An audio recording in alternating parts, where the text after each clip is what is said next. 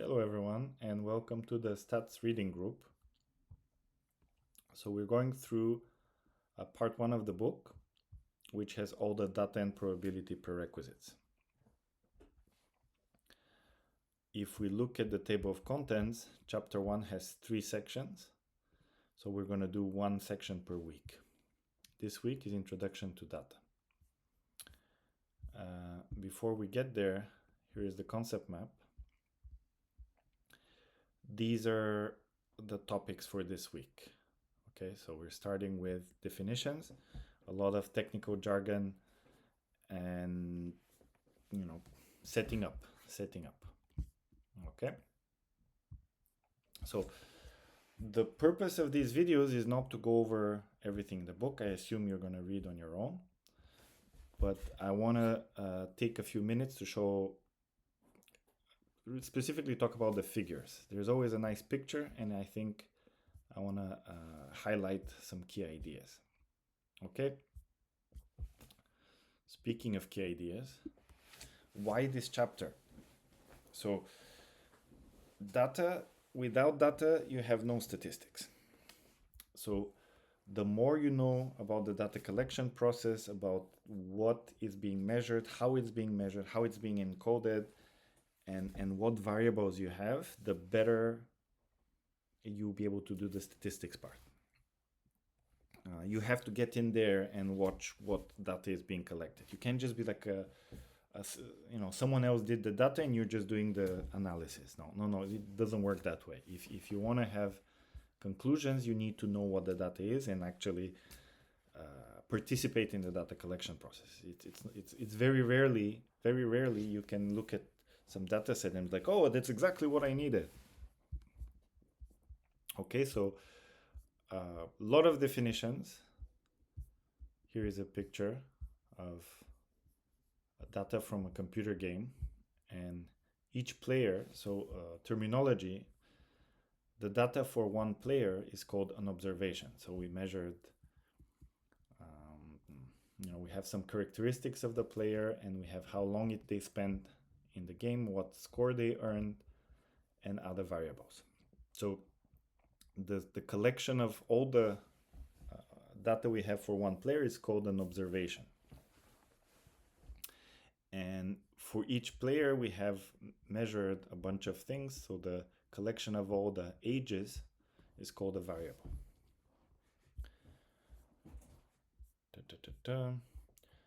There are numerical variables and categorical variables.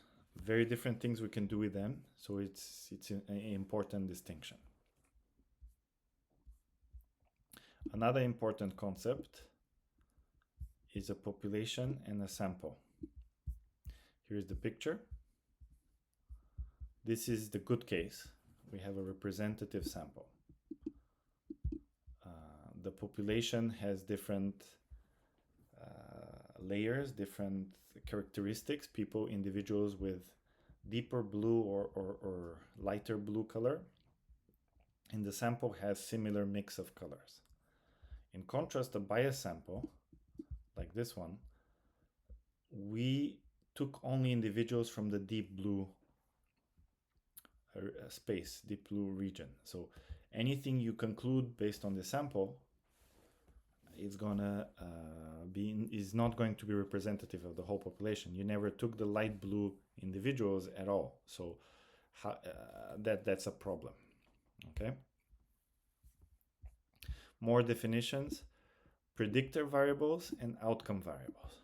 So technical jargon for describing, often in statistics, we want to know what is the effect of X, one of the variables, on Y, another variable. So for example, X could be two groups. Are you, young people and old people, and then we measure the time they spend in the game. So the term for that is the outcome variable. It's the thing we're interested in measuring, the outcome. And the predictor is the thing whose effect we're looking at, like the age in this case. Okay. Big distinction, important distinction between statistical experiments and observational studies. when you can control the predictor,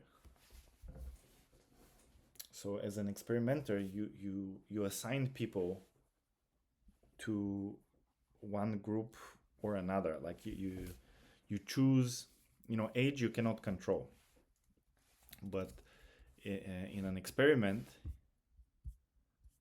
so the story that goes with this is that we assign people to an easy first level. So in the game, we give them like a level with easy to complete. And the other people, we give them the regular first level of the game. And then we see, do they spend more time in the game? Like, do they enjoy, are they more engaged with the game? So you see, this is called an experiment because we controlled which version of the game that they played, so we have control. So that's called an experiment.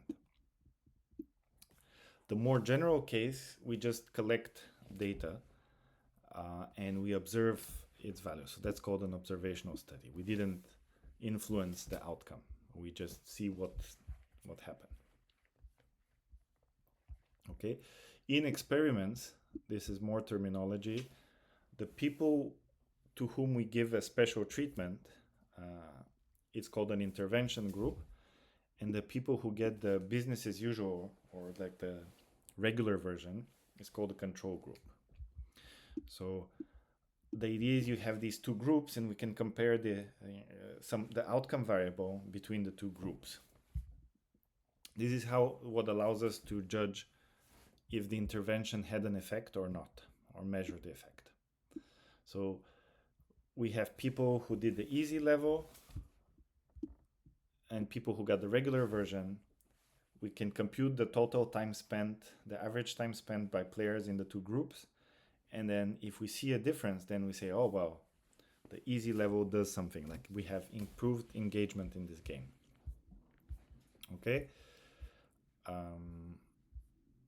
Observational studies, a little bit less powerful. We're going to see different,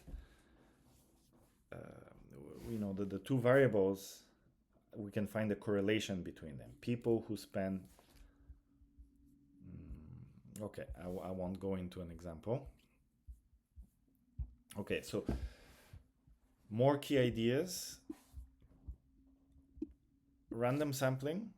One good way to choose samples from a population is if you can make a list of all the individuals and randomly pick some of them for your sample. Random assignment. This is when you choose the individuals. Here's a picture. Here are your participants. So to half of them, you apply the intervention, and to half of them, you choose as control group. And which half you pick randomly.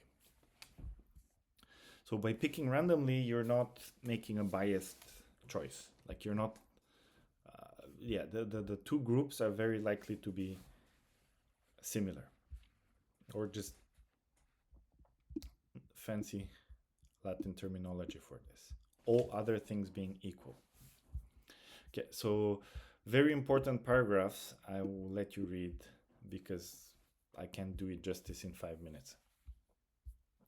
Okay, so assignment and sample selection. So depending on where you fall, which quadrant you fall in, there are different type of conclusions you can make. Okay, and that concludes. So it's really a lot of definitions in this chapter. And if you didn't have enough jargon already, here is the levels of measurement.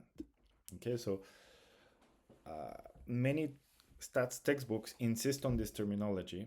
So it's my duty to show it to you, but don't worry about it too much. Just I want you to know about these distinctions. So categorical variables can be subcategorized into nominal and ordinal, and numerical variables can be split into interval and ratio. Okay, so this is the picture. Here is some context to justify why data is so important. And that's it. Section 1.1 is pretty short. Please ignore this. I'm gonna send a PDF with the new exercises. So there's all right, and then next week is gonna be more practical, getting with pandas. All right, office hours on Friday.